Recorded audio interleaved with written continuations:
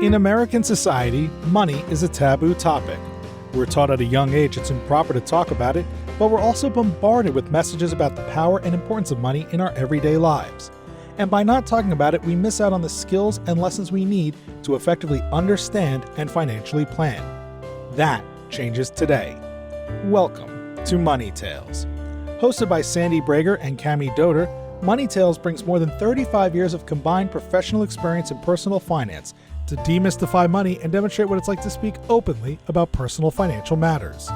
Join us each episode as they interview modern-day movers and shakers about how money decisions intertwine with their daily lives in order to give you better insight into productive financial conversations. Subscribe today and register for our blog Fathom at aspiriant.com/podcasts to increase your money mojo. And now, here's Cami and Sandy. Today on Money Tales, we explore the benefits of developing good money conversation habits. Robert Heil is our guest. Robert and his wife organically built their own financial plan through open conversations about money. Early in their marriage, they realized that despite earning more, they weren't making progress toward their goals. This motivated them to align their values, set financial priorities, and craft a plan that worked for their family. Robert reflects on the power of those conversations, how they shape their family's lives, and the lasting impact of a financial plan rooted in what matters most to them. Let me tell you more about Robert. He is the CEO of Financial Aid Services, a higher education consulting firm specializing in financial strategies, operational efficiencies, and tech-enabled financial aid services for colleges and universities. Under Robert's leadership, the company is experiencing transformational growth with a mission to make higher education more affordable and accessible. Here are 3 key money topics Robert hits on in this conversation. First, how having a financial plan in place has allowed him to be more proactive in his relationship with money. Second, how now as empty nesters, Robert and his wife are charging into their purpose projects, each homing in on the impact they'd like to have on the world. And third, what it's like to have money conversations with and be a sounding board to his grown son. We hope you share this episode with a friend, and please subscribe to Money Tales on your favorite podcast platform. Now on to our conversation with Robert Heil. Welcome to the Money Tales podcast. I'm Cami Doder. And I'm Sandy Brager. Cami, we talk on Money Tales a lot about the importance of habits, forming good, positive, productive habits when it comes to money.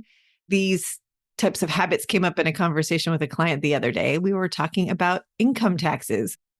We were talking about how to keep track of all that information you need on a tax return. Do you have good habits in this area, Cami? Oh, Sandy, yes and no. I'm trying to get better. A few years back, took the step to write down all the items I was submitting over to my CPA. Oh, that sounds good. So, Sandy, I'm really proud of myself.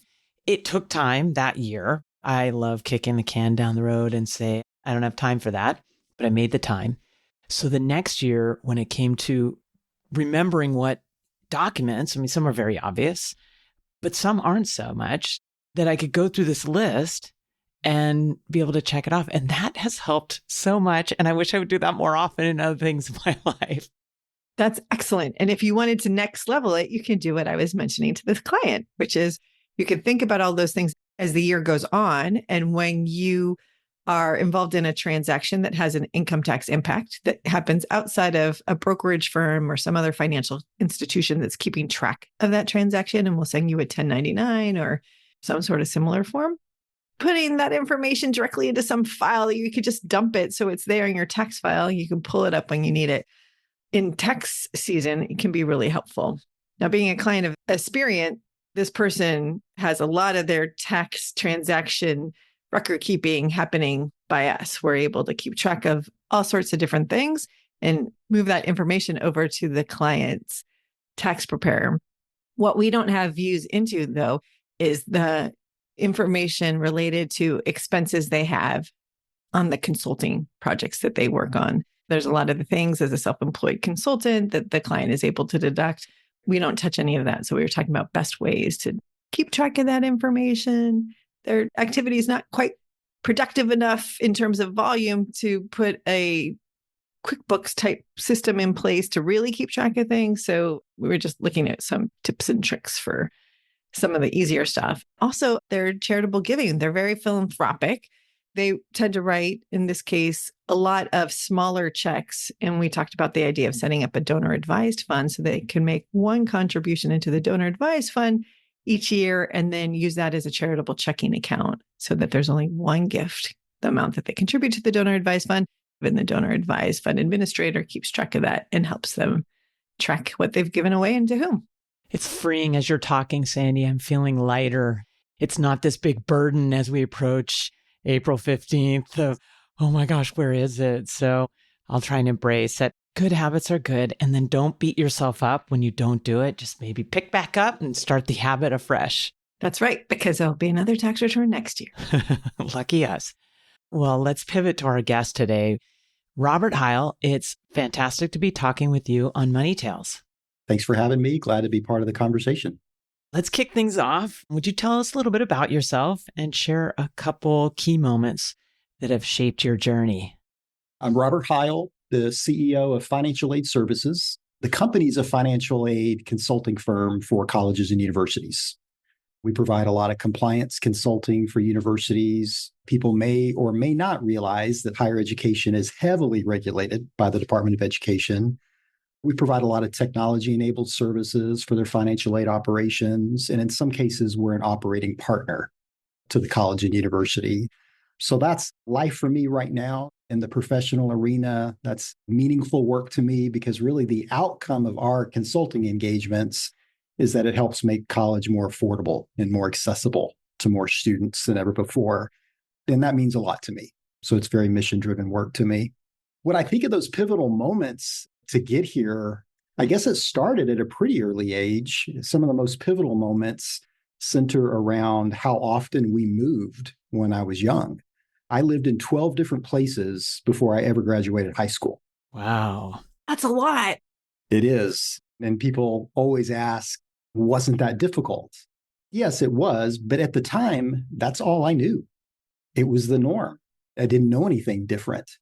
So now, a little bit more removed from that period of life, sure, I look back and there's days where I realize it would have been nice to have roots in one place or to have those lifelong friends that I grew up with. So yes, there were challenges, but I've also learned there were a lot of advantages that gave me because I got a lot of practice at a very early age of learning how to adapt to change.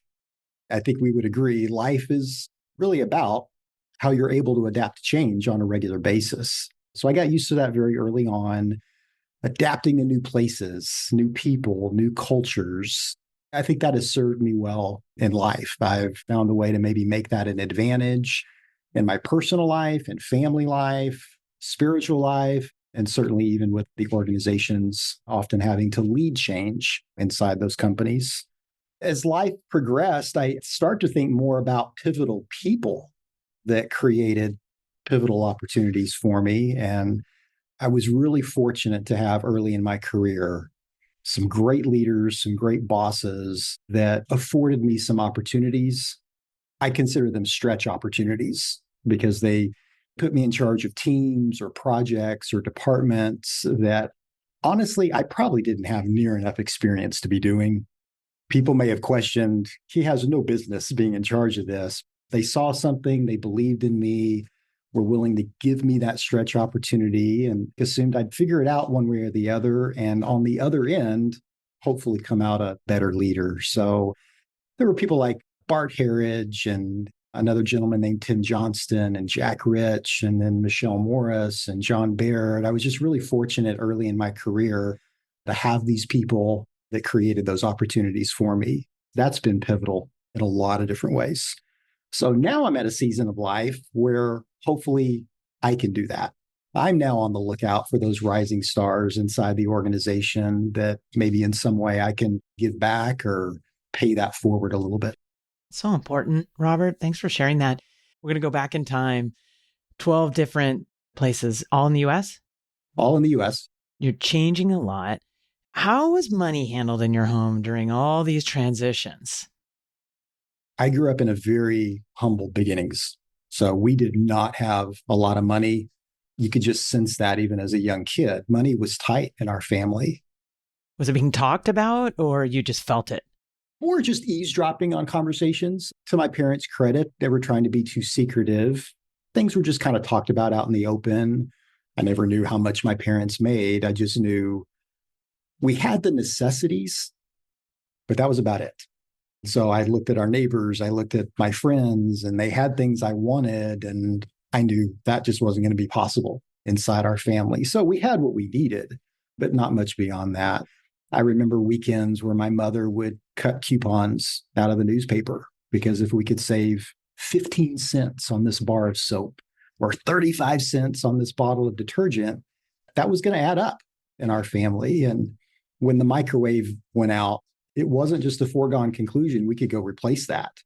If my parents found out, okay, that was going to be on sale at the department store in 5 weeks, then we waited and we made do until that thing hit its sale price. And all my life, I thought on special occasions when our mother cooked a chopped steak, that sounded so upscale to me. And it wasn't until years later I learned, no, this is just a hamburger patty without the bun. We just kind of made things work. I knew the value of the dollar. I knew money was tight in our family. They had an example of just being very disciplined around budgets and really adhering to those budgets to make things come together. Robert, moving from place to place can be quite expensive. What was prompting the moves by your family? My father did a lot of domestic missionary and ministry work. So he would go into smaller churches and help them grow over a short period of time. And when they got stable, it was off to the next place. So you had a lot of spiritual capital in your family, it sounds like. Yeah. Some of those places were really fun to be at. Places like Santa Fe, New Mexico, and Boulder, Colorado. We spent a couple of years in California. We also spent some places in parts of the country that you would have a hard time finding on the map. They were a mixture of some really fun places and places that you've probably never even heard of. You were saying before that you were learning about money based on a little eavesdropping of your parents, observing their actions toward money, and also comparing yourself to neighbors. What was the impact of that money upbringing on you as you decided to pursue your own path forward as you became independent from your family as an adult? My mother always had more of a short-term view. She handled the money in our family. She did the budget. She balanced that old-fashioned checkbook every week. There were practices and habits that I saw from her of how you manage things in the short term and how important planning is and budgets. My father had more of the longer term view. He was always thinking about 5 years from now, 10 years from now. To this day, I don't know how he was doing it, but he must have been scraping off a little bit of money here and there to invest. He would tell me about, I'm trying to put a little bit away in mutual funds in middle school. And he was trying to teach me about compound interest and how this would add up over time. It must have just been a couple of $100 here and there. I have a hard time imagining where they would have scraped to do that, but they did. And I knew it was important to him. So from one parent, I got this short-term view. From the other, more of a long-term view. And that my takeaway later in life was the relationship with money has to be both. There's that short-term and long-term dimension to this. You thought of my question before I asked it. I love it how you brought it together. Describe when you started making money. Were you a risk taker or were you being really thoughtful and methodical with your approach? How'd you go about it? More of the latter. I worried about money because it was so tight in our family growing up. So after college and I'm starting to build my career, I worried about it all the time, probably just because of that environment I grew up in. It wasn't until probably several years into our marriage that I think my wife and I started getting this dialed in around having an actual plan. How did you get there? When we first got engaged, we had the very basic conversation about, okay, here's how much I make. How much do you make? Here's my credit card bill. What's yours? And we had a lot of student loans. So at least we put our cards out on the table and there was some visibility, but we didn't do anything with that. It wasn't until 5 or 6 years later that we really started talking about priorities and having a financial plan. I don't know if she said it first or I did, but one of us just kind of called a timeout and said, wait a minute, we're not making any progress here. We're getting raises, we're getting promotions. We're still just month to month. It's just year to year. Doesn't feel like we're making any progress. What are we doing here? Over the course of a series of conversations, and we had had a toddler, our son at that point. So these were not the most romantic date night conversations couples would have. But over the course of several weeks, we just started talking about what are our priorities here financially. And we tried to start with the end in mind as best we could, start thinking about what retirement could look like. Where would we want to live? Are we going to be fully retired or semi-retired? And that felt like it was so far in the distant future, but we tried to imagine it as best we can and try to get a feel for what that would take. Sometimes that can help to see what the puzzle looks like before you start figuring out how you're going to put the pieces together. And it's ebbed and flowed a little bit since then. It was a great starting point. We backed it up from there to say, all right, what do we want to do for our son? We felt like it was important to have something set aside for him, whether he was going to use it for his education or a down payment on a home if he decided to start a family or to invest in a business. We wanted to have something that we were quietly building for him. And so we talked about what that would look like. And then we backed it up even further to say, all right, right now, as a young family, what's our lifestyle going to be? How do we want to live? And for us, where we landed is that we were going to be intentionally more modest in certain areas of our life to free up discretionary income in other areas. So for us, we drove pretty modest cars, older cars. We had a smaller house than maybe what we could have afforded, but we wanted to travel and we wanted to have experiences as a family. And so we were trying to free up as much discretionary income for those kind of experiences. And we wanted our son to see different parts of the world and how educational that can be. And then finally, we talked a lot about generosity. That emerged as an important priority to our family. We wanted to be generous to our church, and we wanted to live with what we called open hands, as opposed to these clenched fists where we're just trying to hold on to everything we've got. If we have family members and loved ones that really are in need, we wanted to be in a position to help. We're not going to enable bad decisions and bad choices, but when real misfortune happened, we would want to be in a position to help. Those 4 or 5 priorities emerged. We began to quantify it and put some numbers to it over the course of several weeks. For the first time, we really had a plan. How'd that feel? Oh, it was a great feeling. First of all, anytime you and your partner are synced up on something important, it's a good feeling. But then for us, financial choices and decisions were easier. Not always easy, but easier. And when we were faced with choices, we could just go back to our priorities and plan and say, if there's not a direct line back to that plan, this is probably a no-go. And if we saw a direct correlation, it really validated, okay, this is probably a smart move to make then. Let's do that. For me, it took a lot of that worry away. I felt like I could be more proactive in the relationship with money. We had a plan and it was working and it was serving us well as a family. Robert, that's fantastic. Did you and your wife put the plan together yourselves, or were you working with an advisor? This one was just us. Like I said, a series of Friday night date nights that may not sound super romantic, but we were both determined to not just have our wheels spin over and over, that financially we needed to be working towards something. You've highlighted the importance of having a plan and how it can help with decision making. One of the things that's been on my mind since you introduced yourself earlier in the conversation was how you said that you have learned how to adapt and to change on many different fronts. And I was just sort of curious, because you've described how you've changed your relationship with money, at least up until that earlier part of your marriage, and you continued that through. But what's it like to be someone who is so adaptive in a world where not everyone is like that, especially as it relates to money?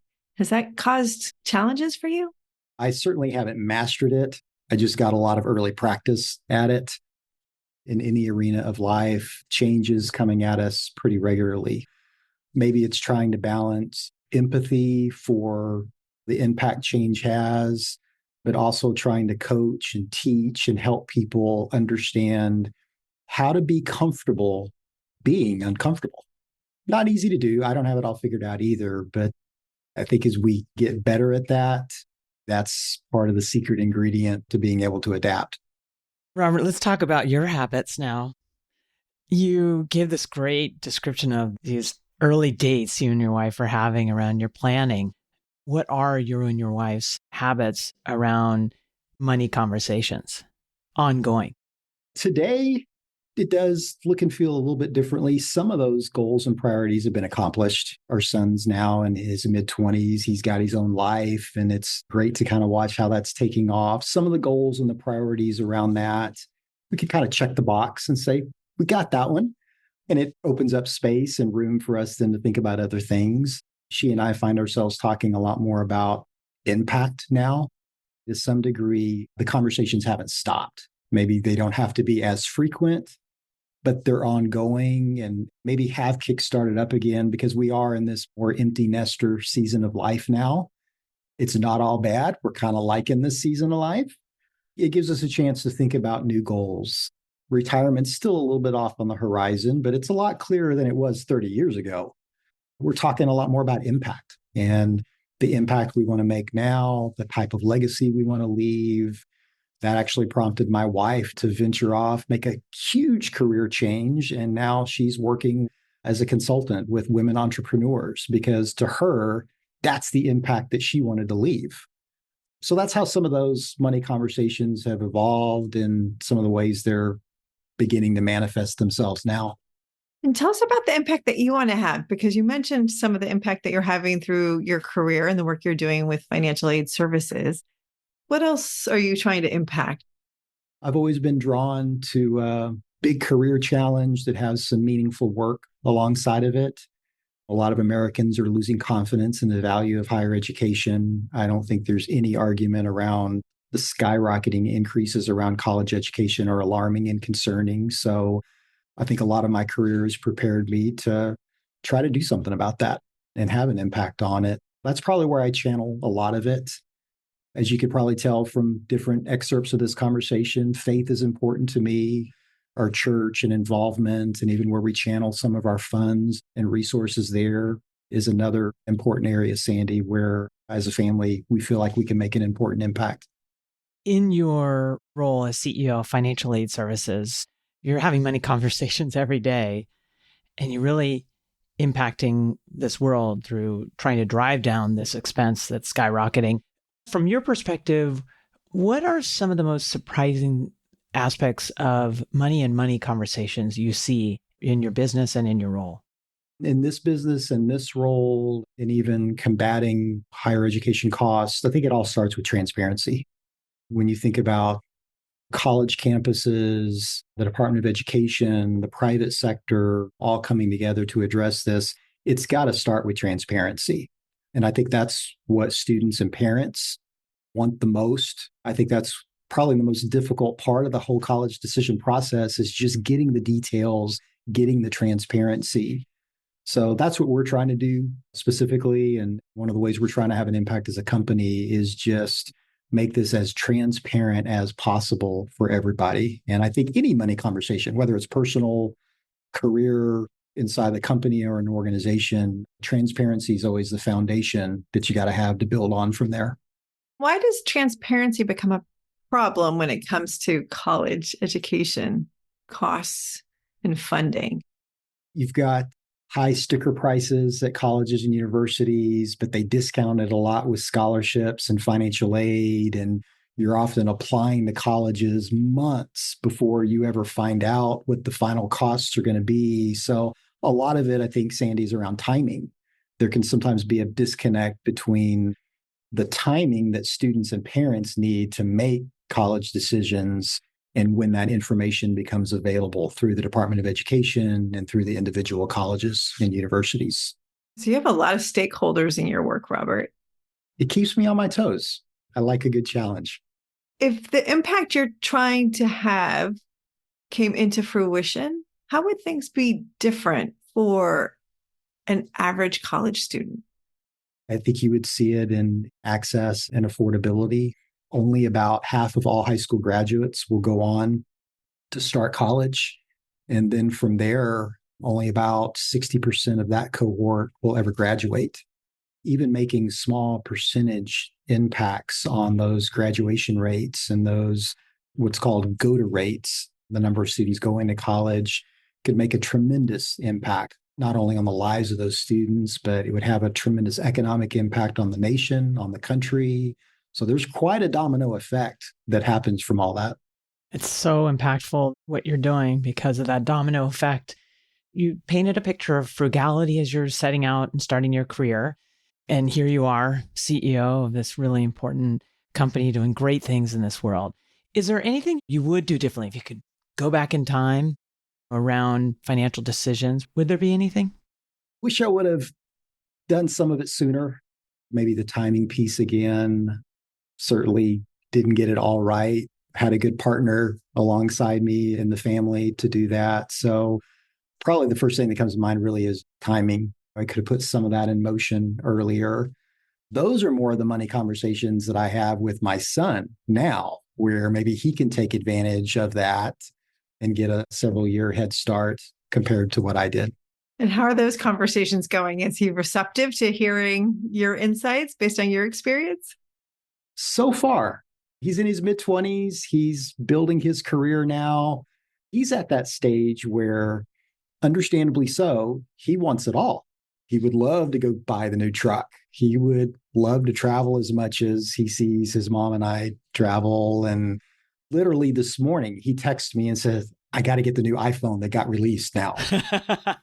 He wants it all, but he also realizes there's now limits. He's early in his career. He's building up income and savings, and it's not all fitting together. So I'm just thankful he's receptive to wanting to have those conversations and at least maybe wanting to use me as a sounding board for ideas. I'm glad he and I have a good enough relationship. Ultimately, it's his choice. He's going to have to come to those goals and priorities just like I did. I'm just thankful we can have those conversations. That is so important. And what's remarkable is the change in our society from when you were a kid, describing what it was like to need to wait to replace the microwave till it got to a certain point, to where we are today, where instant gratification is what's feeding all of us. Do you find in these conversations with your son that you're in the middle of those two generational situations? Absolutely. There is a disconnect. There's a wide gap. On one hand, it's great. Everything from technology and what that generation has access to, just a very different world than I certainly grew up in. I was just with my mom, as you were describing your mom cutting coupons. My mom does not need to cut coupons or anything. She's really saved a lot. She's doing great. And she wanted to go to Ralph's that night to get the meat for $1 off because that's that generation. And I love it. And it teaches me smart lessons as well around money. But then I got to also talk to her about, I'm not sure that was the right decision to go chasing down that $1 a pound savings. Robert, you said that travel was really important to you and your wife, and that early on you guys would choose not to spend in certain areas so that you could have more of a travel budget. Tell us what that was like for you guys. Did it work out the way you were hoping? There were times I had car envy, no doubt about it. Even to this day, I drive a 2005 sedan. Some of those habits just really haven't changed. I would much rather be on the beach in the Caribbean somewhere with the family several times a year than have a car payment every month. That's our decision. That's what worked well for our family. That's not the formula for everybody, I realize, but it's interesting how the habits have endured. And even thinking back, some of that was from my parents. Some of that was also from other examples that I saw. I recall in early high school, we were living in Colorado, and I was afforded an opportunity to just do some odd jobs for a cattle rancher in Colorado. It was a connection through our church, and he knew I was a teenager that probably needed some side money. So he let me do odd jobs on his ranch or around his home. I didn't know till much later in life, he was one of the largest cattle ranchers in all of North America. Wealth that few people could even imagine. But to meet him, you would have never known it because he just drove this old beat up truck. He had a nice home, but it wasn't what it could have been. And he did nice things. I was envious of all his scuba diving trips to Cozumel that he would talk about. And he had great box seats at the Denver Bronco Mile High Stadium. He enjoyed things, but he lived very, very modestly. Parents, him, there were just people like that along the way that just gave me an alternative view of how you manage money and what the relationship with money could look like. At the time in high school, man, I just thought if you're wealthy, you got to have the mansion, you got to have the sports car. That just goes hand in hand. So when I learned about his wealth, it was a completely alternative view on how it could be managed and what it could look like. So I'm thankful to have several examples like that maybe in hindsight, I was mimicking a little bit and didn't even know it at the time. What I love about this is you're really bringing to life the importance of knowing your values and aligning your relationship with money with your values. That's what you and your wife have been doing all along. Where the conversation started was around values, priorities, and then it was weeks later that we started putting dollars and quantifying those values, if you will. Well done, Robert. Tell us, what's your next money conversation going to be and who's it going to be with? It'll probably be that ongoing conversation with my son. Literally, I'm probably going to find out if he got the iPhone today or not. And I'd kind of like to see him hit the brakes on that and think about it. We're having those ongoing conversations about what are going to be his values and priorities. And it's a trade-off discussion. What trade-offs are you willing to make today to set up your goals in the future? And like I said earlier, I'm thankful he's willing to listen to his dad and see what he can glean from that. What fun conversations, Robert, you're having with your son. Would you share with our listeners where's the best place for them to find you? LinkedIn. That's where I stay most engaged and most active is on LinkedIn. That's great. Well, this has been such a pleasure speaking with you on Money Tales. Thank you both. Glad to be here. Thanks for listening to the Money Tales podcast. If you've enjoyed this episode, share it with someone you think would benefit from listening. And leave us a review on your favorite podcasting platform. Your ratings and reviews help more people find our podcast. If you're inspired to gain clarity and peace of mind about financial matters, don't hesitate to reach out to our team at Aspiriant. Go to aspiriant.com/start a dialogue. Or you can email Sandy and me at podcasts@aspiriant.com. See you next time.